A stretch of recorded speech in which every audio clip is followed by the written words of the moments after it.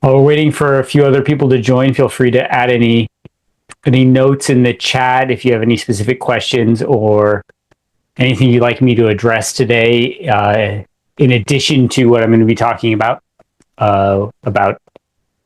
SAT and test prep options and choices that you could have on this journey.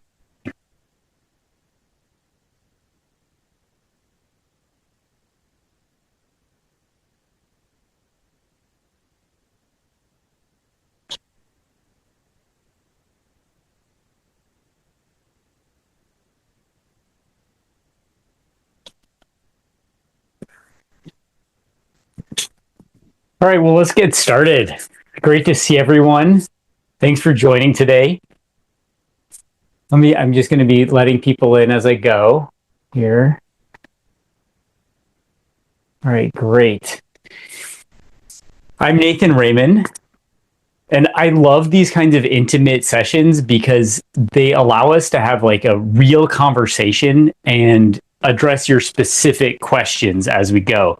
So whether there are like 3 or 300 people here, my goal is to make sure and provide value that can transform how you think about test prep. So, most people think about test prep as that it means memorizing like multiple strategies that students often forget under pressure and they don't end up using after the test.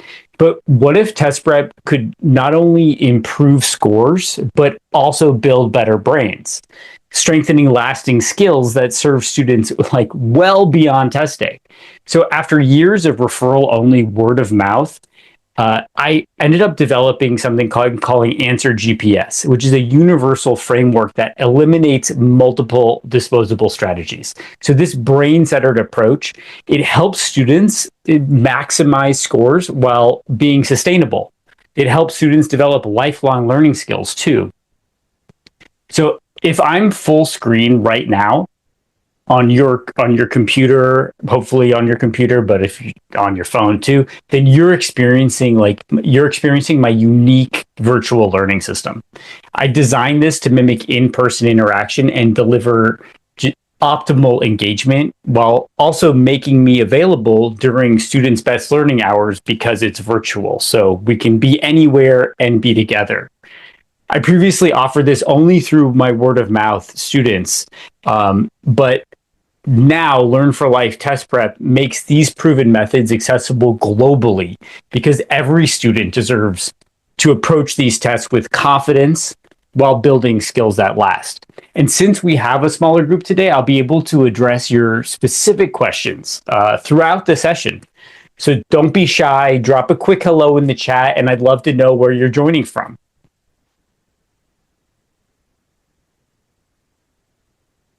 All right, great. So let's dig into beyond the SAT. All right. So whether you're joining from anywhere in the world, be it Hong Kong, India, or the US, you might never have considered that there is another option for US college admissions tests besides the SAT. Or maybe you're wondering which test is going to give your child the best shot at their dream school. So today we're just going to cut through the confusion to help you make a smart and strategic choice. So what is the student's reality today? Often it's hours spent memorizing strategies, right? It's just hours and hours of just saying like, okay, what strategies do I do for this question? What strategies do I do for that question? This also leads to test prep that starts competing with other commitments because it's just time consuming. And then on top of that, it's a financial investment, usually significant. Okay. And oftentimes students find that their academic performance does not align with their test scores. So this misalignment can affect confidence, develop cycles of test anxiety, lots of other aspects besides just like, oh, let's improve those scores. So if you found this familiar, please give us type of 1 in the chat. I'd love to see what you think about this. Okay, so let's get into this and explore like the key differences between these tests, because they're not all equal. All right. So one thing that I like to consider when I think about the ACT and SAT, when I explain this to parents, is I think about the provenance first. Okay. Each test has an origin story. Where do they come from? And based on all of us, we have a cultural aspects that are embedded in us based on where we come from, right? So these tests have those too. So the SAT comes from the East Coast. It was originally developed in New England, and it carries kind of a more jaded, cynical approach to the test. This is not necessarily a bad thing. It's just kind of the personality. I mean, I gravitate toward people who can sometimes be jaded and cynical. We have really wonderful conversations. Sometimes they're hilarious. So it's not necessarily a bad thing. It's just something to keep in mind. Whereas the ACT comes from the American Midwest, which is the heartland of what we call American hospitality, right? Welcoming, open, straight shooters kind of situation. So this also has to align with how students want to spend their time with one of these tests. So that is one of the things that we consider when we're going through this. Now, let's get into the nitty gritty of what I've also learned in my 15 years of experience guiding students on the test prep journey. So while both tests are equally accepted by US colleges, the experiences can differ greatly, and this can significantly impact performance. So let's get started with what we know most people are really familiar with, the SAT. Although it's changed so many times, you might not necessarily be familiar with this version. So right now, what we have with the SAT is it's a digital format. So that means students are taking this test on a computer. Because it's so recent, it was released, this new version is a year old. We have really limited resources based on what's available, like reliable, trustworthy, reality mimicking resources. The test is also adaptive, so the questions are going to change as students perform on the test, which is a unique experience to have. The scoring is cumulative, so you add the two subscores together to get your full score. It has a disproportionate ratio of math to verbal, which can have different impacts depending on student strengths and weaknesses. It can be very positive, and it can also be consequential and have a negative impact. The English itself, the experience of the English section, the writing and the reading on the SAT, differs from the reality. It's lots of fill in the blanks, which is not usually how we engage with revising our own text or other texts. So that's something to consider. It can work well for some students and not so well for others. The language itself here, this is a huge difference. Like I was saying, the jaded, cynical part, it's quite convoluted language. This is where the SAT really puts the challenge into the questions, less so about the concept, although the concepts do require mastery. Where the challenge is maintained is in deciphering the language. So if you're an international student or somebody whose English is not a first language, this is definitely something to consider. And even if you are, it's also something to consider because it adds an extra layer of cognitive functioning during the test that's already quite demanding. It's heavy on vocab. It's famous for that. Infamous, famous, however you want to look at it. Test centers tend to be more crowded on the SAT, particularly internationally, because there's such a bigger market of test takers for the SAT internationally. The test date schedule is a little more limiting because they have more compressed timelines with tests that are bunched together seasonally. It does allow for super scoring, so you can take multiple tests, and you can take the best sections from each test, combine those, and that's what you submit to colleges for their review of your scores. It is also a much shorter test, which was designed purposefully in order to, make it easier for students, and so that more students take the SAT. And again, it's more affordable, particularly internationally. It's a much lower price range. All right, great. So if anyone has any questions, drop them in the chat. I will check those out as I wrap this up.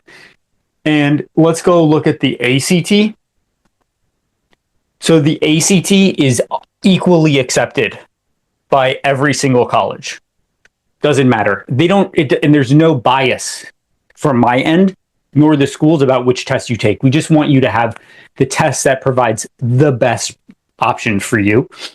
So the ACT, this is still a paper test. They have an online option in the US. Internationally, it's still paper-based. I highly recommend, if you can do the paper, do the paper.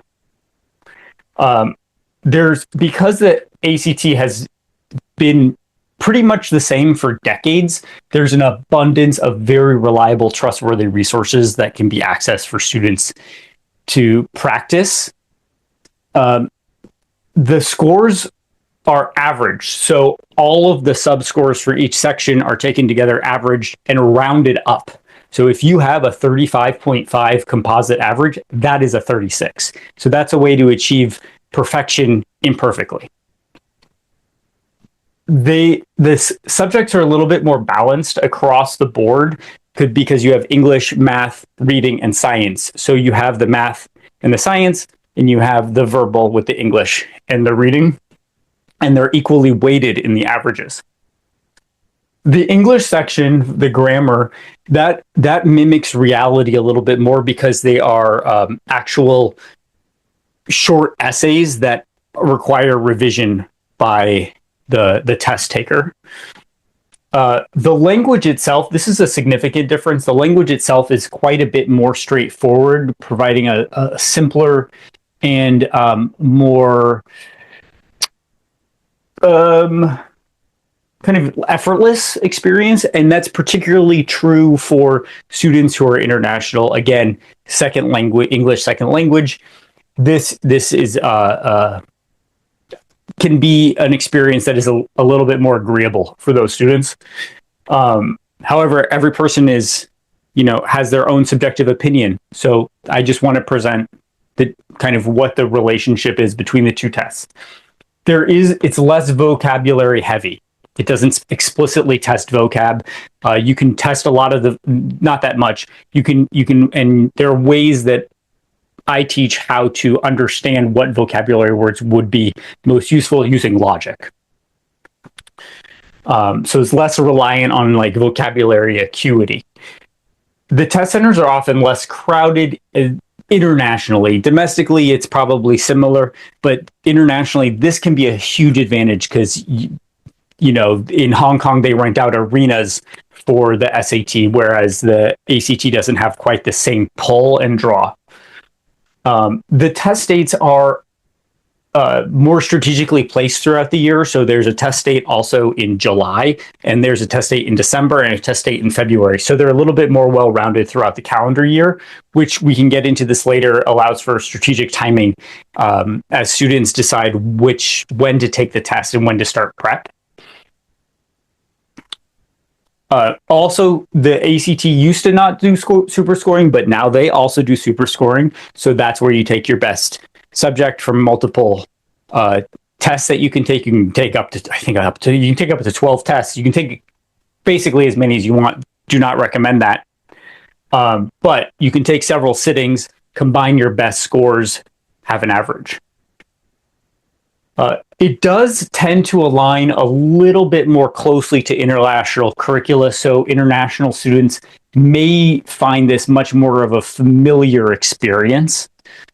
There is an additional section that's not explicitly on the SAT. This is the science section. Now, when the SAT revised their test back in 2015, they took elements of what was on the ACT science section and it's interspersed throughout the SAT.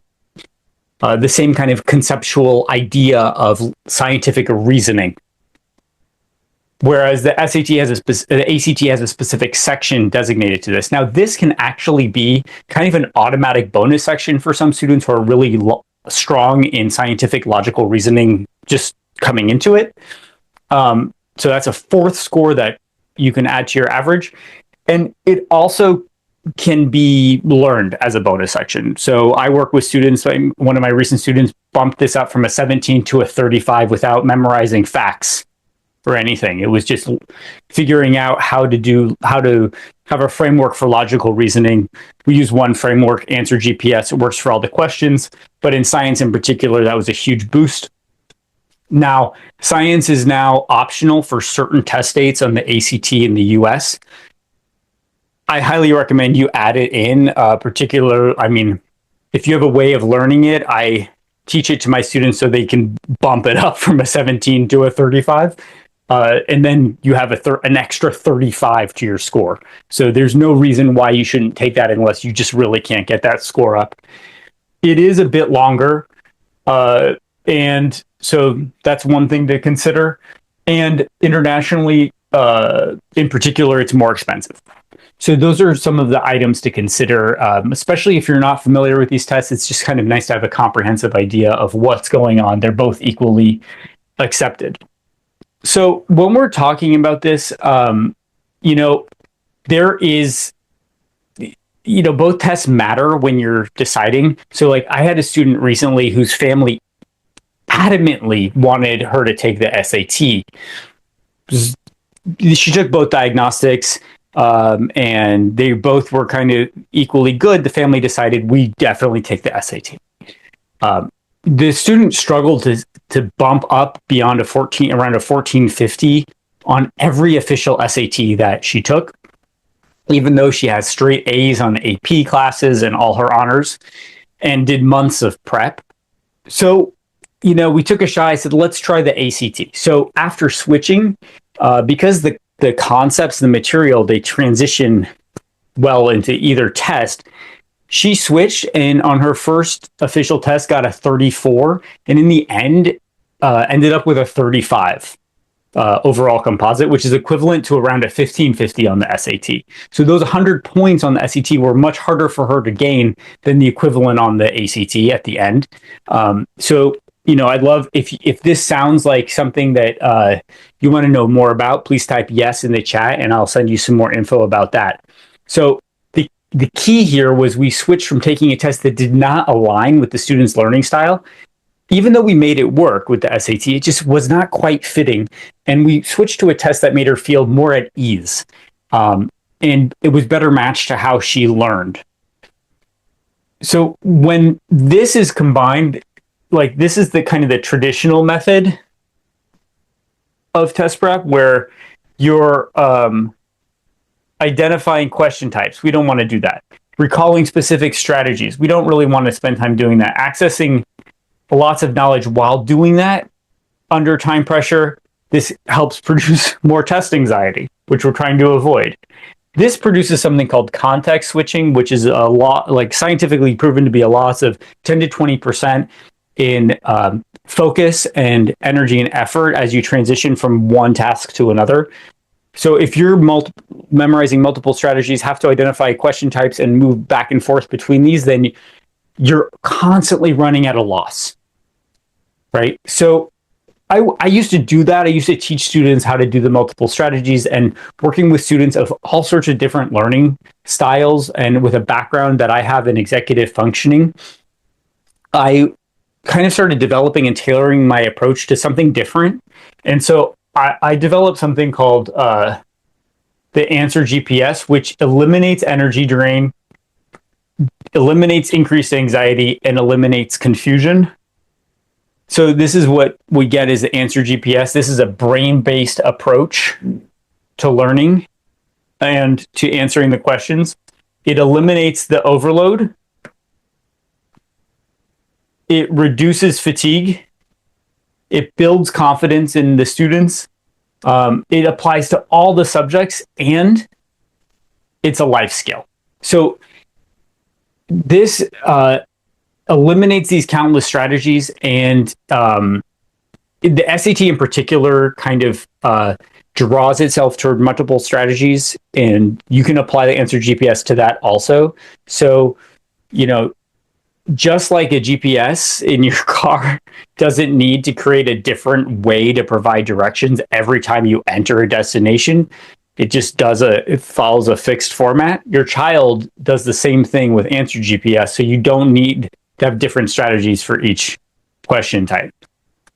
And whether you're a student, a parent, or an educational professional, understanding this approach is crucial, because too many test prep programs involve like memorizing tons of multiple strategies, switching mental gears constantly, which leads to that context switching I was talking about. And it adds hours of extra study time for just this one goal, rather than something that can be applied to school, to college, and life beyond all of these, but beyond academia even. So with this brain-based approach, you apply one universal method, you practice with purpose, which means that you're integrating it with schoolwork, and it creates lifelong skills. So you compound the return on the initial investment that you make in test prep for skills that continually produce success. And if you prefer that your child spends less time studying test prep but still gets excellent results, please type a 1 in a chat. Love to know what you think. I've seen this work for students from different educational backgrounds with different learning styles and at different starting points, which is how and why I developed this approach. So a recent student told me that after learning Answer GPS, that for the student said, for the first time, I'm not just memorizing tricks that I often forget when faced with the pressure of the test. I actually understand how to approach every question and to be guided to the answers. I could not have achieved my goal without this, which was awesome to hear that it worked for this student, and that it helped create kind of an effortless success story. So let's talk about how dates differ and why timing matters. And I'll hold another session that gets into this a little bit more in detail, but just briefly, this is kind of the cycle. In green, we have the ACT, and in blue, we have the SAT, right? So this is really important for international students and also US students. If you notice this window, we have July, December, and February as additional test dates. So this offers a really unique opportunity for students to start prep early and finish the tests with success before they're deep in 11th grade, which is also the last year with full grades that are reported on college applications. So you could target July also as a 11th grader if things are getting too heavy at the end of the year. But then you know that you're free once you start your college applications for 12th grade. But as a 10th grader, you can target December and you can target February as your last test date, so that you are free to really finish off 11th grade strong. So now you might be wondering, how do we know which test is right? That's a really good question. We won't know until you take 2 diagnostic tests. One for each of these, one for the SAT, one for the ACT. I know it's time consuming, but it's putting that effort in now has a huge payout in the end. So take both diagnostic tests, send me the results, and I will give you a detailed analysis and give you a personalized recommendation as to where to go from there. What makes my diagnostic analysis different is a couple things. So I identify which is the least effort to improve scores. That's super important. And using strengths to shore up weaknesses. Okay? In identifying areas of improvement, like really circling in on that and saying, okay, where are the specific areas, and let's group them together. Like, are we getting commas? Are those being understood? Independent clauses, do the student know what that is? Okay, the student really gets that, but missing a few of them. So maybe that fundamental foundational knowledge is not quite locked in. So we got to work on that. Things like that. I can see that right away from the test. And also the best fit for the timeline, when you're starting, when you want to finish, what goals you have, all those things are really important. But before we wrap up, I want to share some upcoming opportunities that I have. So next Tuesday, I'm going to be hosting the Hidden Hints, Insights into Integrated Strategic Testing Timelines. So that's where I'll get more into depth about what times you can take the test, what's a good way to start, just different recommendations about how you can do that, and also how to manage your scores after, post. There lots of behind the scenes things there. And then I'll be following after this one will be the silent score killer, context switching. So I'll get more into what happens with context switching and why that is you're just always running a loss when you involve context switching. But what I'm really most excited about is an event that I'm launching on May 8th. And this is the first in a 3-part workshop series, absolutely free, that's focusing on reading GPS.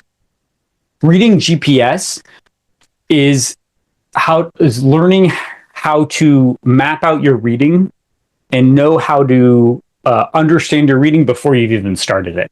So we're going to learn how writing principles apply to reading, master efficient reading across all informational and persuasive texts, transform test prep into lasting, lifelong skills, and talk about how this can be used in daily life for professionals, parents. This is a parent preview as well for parents to really see how I teach and experience how this method is not just proven to work on the tests, but any standardized test, but also any informational or persuasive text that you may encounter in the future in any walk of life. So this universal framework has helped hundreds of my students and professionals master their informational and persuasive text, and it proves invaluable far beyond the standardized tests. So if you're ready to explore the best fit for your students, type ACT in the chat